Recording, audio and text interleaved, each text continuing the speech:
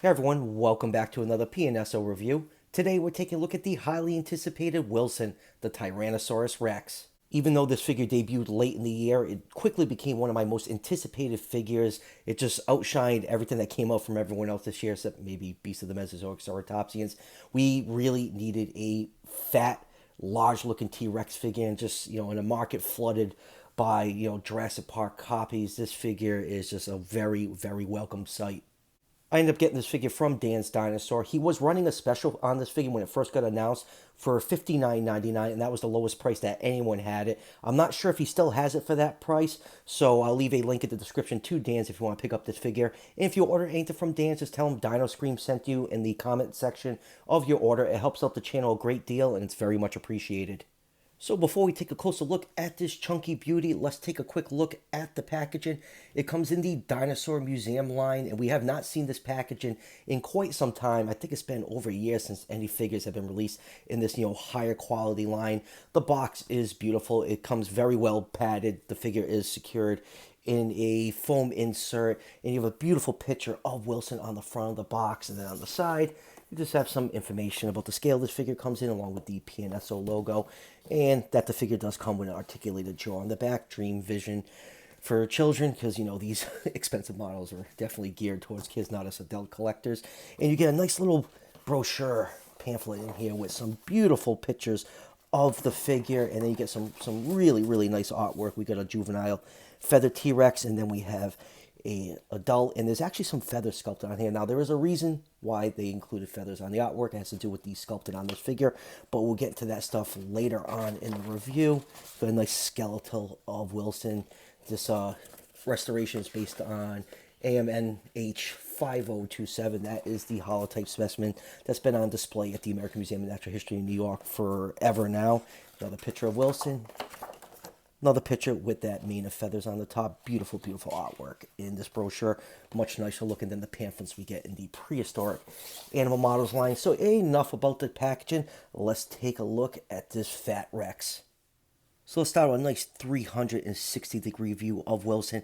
Man, this figure is absolutely gorgeous. This is the type of T-Rex figure I've been wanting for years. Just that heavy-bodied, super chunky, muscular restoration, and this figure just ticks all the right boxes for me. This figure is absolutely fantastic. I think it is pretty much, for a lot of people, including me, their quintessential T-Rex figure in their collection. Like I said earlier, it is based on AMNH 5027, which is the holotype T-Rex specimen on display in New York City. It's not as chunky as if it was based on Sue, but it's pretty cool that this figure is based on a specific specimen. And what other specimen based it on than the original holotype? And man, this thing just looks absolutely gorgeous from every angle. Let's just get this to focus. The scalation is beautiful. I just love the natural color scheme on it, that brown with those dark striping on the back. The head is beautifully detailed. And we will get into the lack of lips on this figure. There is a reason for it. There's actually a lot of reasons why things are sculpted on this figure, and we'll get into that in great detail momentarily. So let's just do a couple quick measurements on Fat Boy Wilson here. This figure is just a hair over 13.5 inches long from the tip of the tail to the tip of the snout, and just about 4 inches tall to the top of the head. So T-Rex in real life was around 39 feet long. So I'll put this figure right on that 135 scale range, which is fantastic. There's a lot of T-Rex figures out there that claim they are 135 scale, but they usually are not 135. So if that's the scale you collect, this figure will fit perfectly in your collection. So before we take a closer look at this big boy, you do get one other accessory inside the box. You do get this clear stand that helps with stability. All you need to do is place it underneath Wilson's chest. If you have any issues with this figure standing on its own, mine right now stands fine. This is a stand that's similar that came with the Chinsusaurus, and when I first got that figure, it stood perfectly fine, and lately it's been falling off my shelf. So the stand is definitely a welcome addition. You don't want these, expensive figures getting damaged. So let's zoom in and take a closer look at this beautiful head sculpt on Mr. Wilson, and let's address the lack of lips on this figure right off the bat. The sculptor of this figure posted on YouTube a 20-minute long video explaining why he sculpted this figure this way. Unfortunately, that video is in Chinese, but a fan of the channel actually translated it for me and sent me some bullet points from that video to talk about during this review. And the sculptor gave his reason why this figure does not have lips. And his reasoning was for lack of lips. If you look at the maxilla, those are the teeth-bearing bones of the upper jaw. There are impressions for dermal receptors, which would suggest large scales, very similar to crocodiles. And also, the bones of the jaws hug the teeth very, very closely, which will leave very little room for lips. And if you want to see what I'm talking about, I actually do have a scale replica of a T-Rex skull, and you can see those impressions of where those dermal receptors would be. It'd be covered with these large scales, very similar to crocodiles, and those would be pressure sensitive. They actually would be very sensitive, and maybe it could have been used for courtship with this animal, rubbing their snouts next to each other. So it's definitely a very interesting take of why this figure does not have lips, and I do appreciate the sculptor taking their time to explain their theory why T-Rex did not have lips. I know it's a huge debate within the dinosaur community about the lips of T-Rex. T-Rex is always at the center of every debate. Is it feathered? Is it not feathered? Lips? No lips? But I think it won't ever be settled until we actually find skin impressions on an actual specimen that will settle the debate for good. You can clearly see what the sculptor did. He did sculpt large scales along the teeth right here. And honestly, I do like T-Rex showing those big chompers. If you want to see how big those chompers are, let's just do another quick comparison. I actually do have a full-size T-Rex tooth. This is the whole root, and this tooth is almost as long as the entire figure. When it's nestled in the jaw, only about this much of the tooth would be sticking out, and you can actually see the serrations on there. So yeah, definitely really like how the head came out on this PNSO figure. There's barely any shrink wrapping on it. You can kind of make out the inorbital fenestra right here and a little bit of the orbit, but I think the head looks very fleshed out and robust looking, and you can just see all those nice scales on there. And there's this like dirty wash over the scales that looks like a buildup of dirt and grime between the scales, which is a real nice touch. And the eye is done with red, yellow, and black. It has that demon look that the original Wilson figure did have. And then on top of the head, you can see all those scales beautifully sculpted. And if we look at the figure from the front, you get some nice T-Rex binocular vision. I just absolutely love the way the head looks on here. Very unlike, the Jurassic Park style head sculpt that we see a lot on T-Rex figures. This is very refreshing to see it sculpted correctly. And this figure does have an articulated jaw. It's actually quite tight on mine. Like when I open up, it just pops open. You get some nice gum tissue painted in here with some gloss coat to give it that wet look. However, my figure does have a major flaw on it. It's definitely a factory error. When we look inside the mouth, my T-Rex is missing his tongue. If you look at the promotional images of this figure, it has a beautifully sculpted tongue, but unfortunately mine does not have that. I already contacted Dan to see what I can do about that, but I'm sure he's going to make it right. But there's some really nice detail in here. Even the top of the upper jaw is beautifully detailed, and you don't see this too much on figures. This figure actually does have nasal passages sculpted in the top right here. I only can think of a very few figures off the top of my head. The Safari Feathered T-Rex has them, and the Eofauna Giganotosaurus has them. So it has a beautiful attention to detail right here on this figure. You can see the ear canal sculpted right here. There is a kind of a visible seam where the head connects to the neck, but it's really not too bad. It's blended pretty well. I remember back in the early day, PNSO figures were known for their heavy seam lines. The teeth are all beautifully painted with a nice white coat, no sloppy paint on them. They actually do feel very sharp when you push your fingers up against them. And then going down to this very robust and muscular looking neck, you have these very fine, like goose pimple like scales sculpted on the back of the head. Now, the sculptor of this figure used impressions from Albertosaurus and Tarbosaurus for the scalation on this figure, and he did these goose-like pimples, which would suggest maybe some feathers along the top of the head. That's why you see it in the artwork of the figure, so it's very nice touch that they did that. I do appreciate he did not give it a mane of feathers.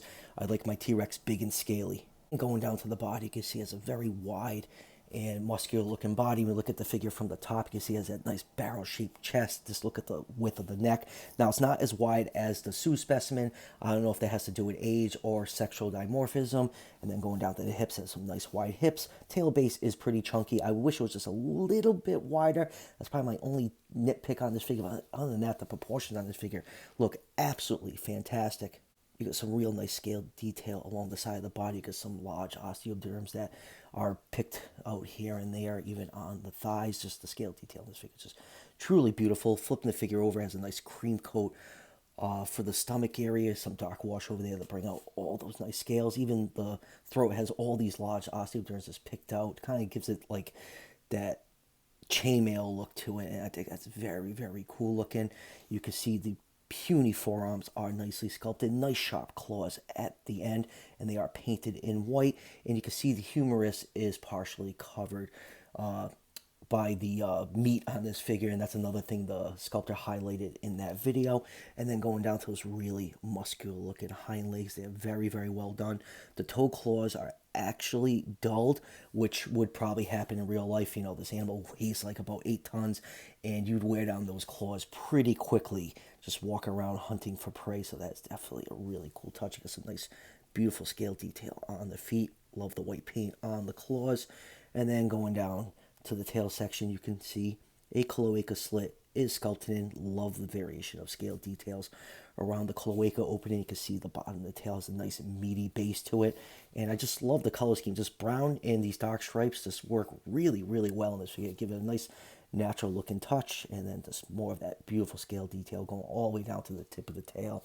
And then the dew claw on the back of the feet is also sculpted in nice and sharp feeling.